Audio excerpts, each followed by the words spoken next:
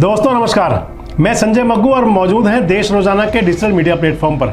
आपसे बात करेंगे हरियाणा की राजनीति की।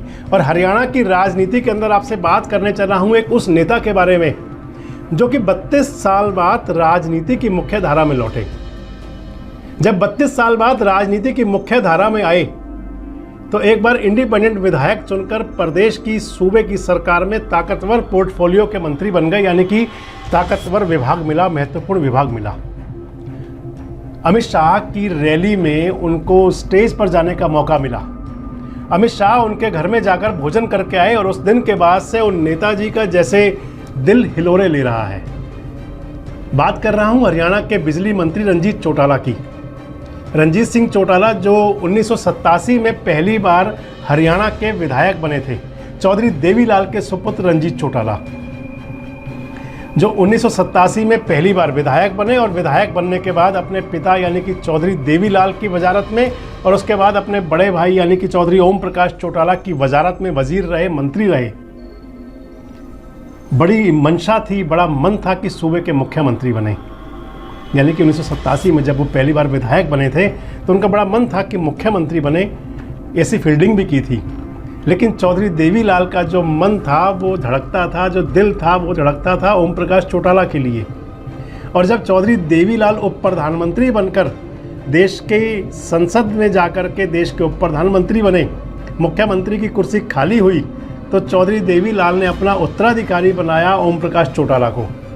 बस ये बात नागवार गुजरी रंजीत चौटाला को और अपने घर परिवार से अलग हो गए।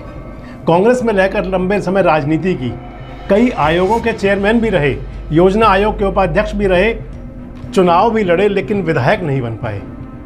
और जब 2019 में जब एक बार फिर से अगर ये कहा जाए कि परिवार वालों के साथ कहीं ना कहीं समझौता हो गया था, परिवार के लोगों ने साथ दिया था, और अगर नहीं भी दिया था तो परिवार का विरोध नहीं था। और रंजीत सिंह चौटाला 1987 के बाद 2019 में यानी कि 32 साल बाद निर्दलीय विधायक चुने गए।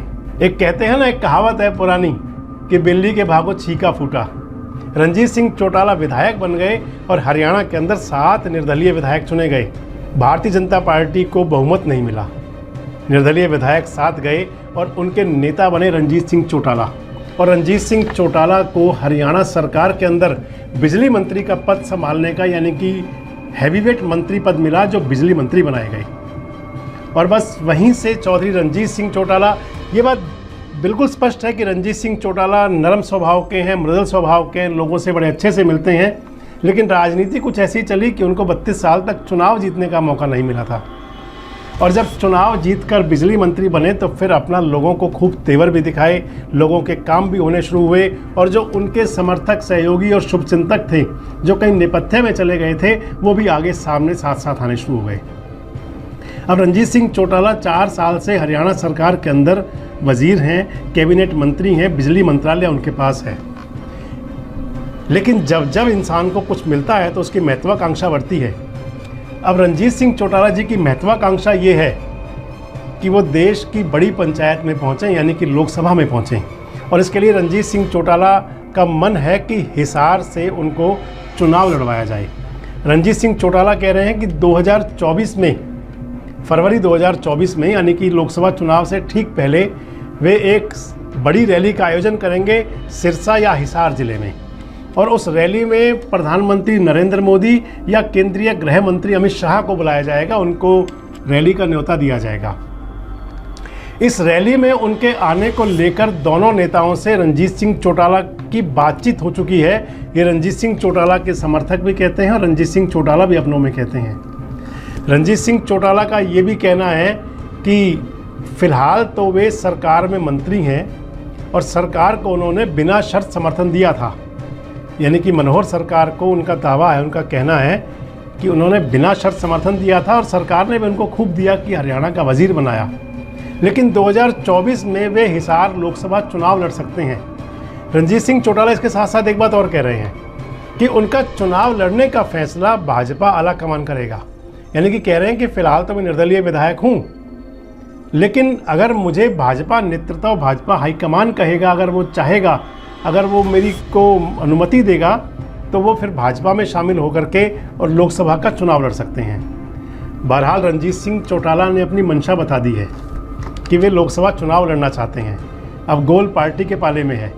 हिसार संसदीय क्षेत्र ऐसा है जहां से फिलहाल चौधरी वीरेंद्र सिंह के पुत्र पूर्व नौकरशाह बृजेंद्र सिंह सांसद हैं और इस समय हिसार के अंदर कहें तो भारी कशमकश है। कुलदीप बिश्नोई भी हिसार में, उनका भी दावा होता है। सरकार को समर्थन देने वाली जननायक जनता पार्टी जो सरकार के साथ है आजकल, उनका भी कहीं ना कहीं दावा हिसार पर आकर टिकता है। बृजेंद्र सिंह हिसार से सांसद हैं, यानी कि 3 नेता पहले से हैं। अब चौधरी रणजीत सिंह चौटाला ने दावा पेश कर दिया है। रणजीत सिंह चौटाला की भी मंशा है कि वो लोकसभा का चुनाव लड़ें, लोकसभा के लिए उनको पार्टी टिकट दे। यानी कि 4 दावेदार हिसार के अंदर तैयार हो चुके हैं। अब भाजपा आला कमान इस बारे में क्या सोचेगा, भाजपा आला कमान क्या करेगा, यानी कि क्या वो चौधरी देवीलाल की जो विरासत है, राजनीतिक विरासत, और हिसार के अंदर चौधरी देवीलाल के नाम का कैडर का एक बहुत बड़ा वोट है। और रणजीत सिंह चौटाला ने कहीं ना कहीं, हालांकि भले ही वो परिवार से अलग हो गए थे, लेकिन आज कहीं ना कहीं ये साबित करने की कोशिश की है। और वैसे वाकई वो चौधरी देवीलाल के सुपुत्र तो हैं ही, यानी कि चौधरी देवीलाल की जो विरासत है, राजनीतिक विरासत है, कहीं ना कहीं उनका हक उस पर है। तो ऐसे में क्या भारतीय जनता पार्टी आला कमान रणजीत चौटाला पर भी कोई दाव खेल सकता है, उनको लोकसभा की टिकट दे सकता है, क्योंकि उन्होंने तो मांग लिया। और बाकी जो अन्य प्रत्याशी हैं उनकी स्थिति क्या रहेगी, स्पष्ट तब सब कुछ तब होगा जब लोकसभा का चुनाव डिक्लेयर होगा और जब प्रत्याशी सामने आने शुरू होंगे। लेकिन ये ज़रूर है कि 32 साल बाद राजनीति की मुख्य धारा में आए रणजीत सिंह चौटाला अब सूबे की राजनीति से देश की राजनीति में जाना चाहते हैं, लोकसभा का चुनाव लड़ना चाहते हैं और संसद में जा कर के देश की सेवा करना चाहते हैं। रणजीत सिंह की मंशा है। आपकी इस पर क्या राय है? क्या रणजीत सिंह चौटाला हिसार से अच्छे प्रत्याशी हो सकते हैं? कमेंट बॉक्स में आकर आप अपनी प्रतिक्रिया दे सकते हैं और हमारे साथ जुड़े रहें, देखते रहें देश रोज़ाना। अगर अभी तक भी आपने हमारे चैनल को सब्सक्राइब नहीं किया तो देश रोज़ाना के यूट्यूब चैनल को सब्सक्राइब करें, फेसबुक पर हमें फॉलो करें और इसके साथ साथ अगर आप रेडियो सुनने के शौकीन हैं तो देश रोज़ाना के रेडियो ऐप रेडियो रोज़ाना को भी डाउनलोड करें। जुड़े रहें हमारे साथ, देखते रहें। नमस्कार, धन्यवाद। हमारे साथ जुड़े रहने के लिए देखते रहिए देश रोज़ाना का यूट्यूब चैनल, सब्सक्राइब कीजिए। साथ ही देश रोज़ाना की खबरें सबसे पहले देखने के लिए प्रेस कीजिए बेल आइकन।